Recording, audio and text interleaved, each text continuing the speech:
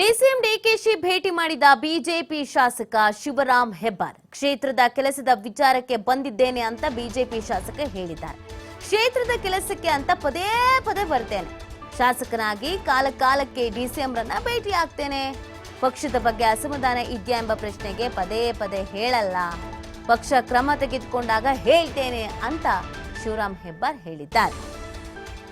ಬಹಳಷ್ಟು ಬಾರಿ ಡಿಸಿಎಂ ಡಿಕೆಶಿ ಅವರನ್ನ ಶಾಸಕ ಶಿವರಾಮ್ ಹೆಬ್ಬಾರ್ ಅವರು ಭೇಟಿ ಆಗ್ತಾ ಇದ್ದಾರೆ. ಬಿಜೆಪಿ ಶಾಸಕ ಏನ್ ಪದೇ ಪದೇ ಕಾಣಿಸ್ಕೊಳ್ತಾ ಇದ್ದೀರಲ್ಲ ಅಂತ ಪ್ರಶ್ನೆಯನ್ನ ಮಾಡಿದಾಗ ಕೆಲಸ ಇತ್ತು, ಕ್ಷೇತ್ರದ ಕೆಲಸದ ಬಗ್ಗೆ ಮಾತಾಡ್ಬೇಕಾಗಿತ್ತು, ಅದಕ್ಕಾಗಿ ಬಂದಿದ್ದೀನಿ ಅಂತ ಹೇಳ್ತಾ ಇದ್ದಾರೆ.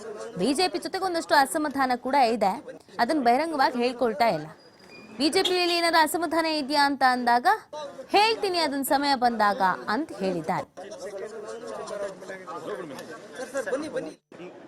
ನಾವು ಶಾಸಕರಾಗಿ ರಾಜ್ಯದ ಉಪಮುಖ್ಯಮಂತ್ರಿಗಳಿಗೆ ನಿಯೋಗಿ ಮಂತ್ರಿಗಳಿಗೆ ನಮ್ಮ ಕ್ಷೇತ್ರ ಕೆಲಸ ಮಾಡುವಾಗ ಕಾಲಕ್ಕೆ ಬಂದು ಭೇಟಿ ಆಗ್ಬೇಕಾಗತ್ತೆ.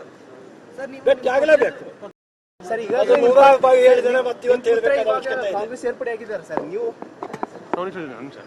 ಯಾವ್ಯಾವ ಕಡೆ ಅಪ್ಪ ಬೇರೆ ಕಡೆ ಬೇಕಾ ಬೇರೆ ಕಡೆ ಇಲ್ಲ, ಒಂದೇನಾ? ಎಷ್ಟು ಉದಾಹರಣೆಗಳಿಲ್ಲ.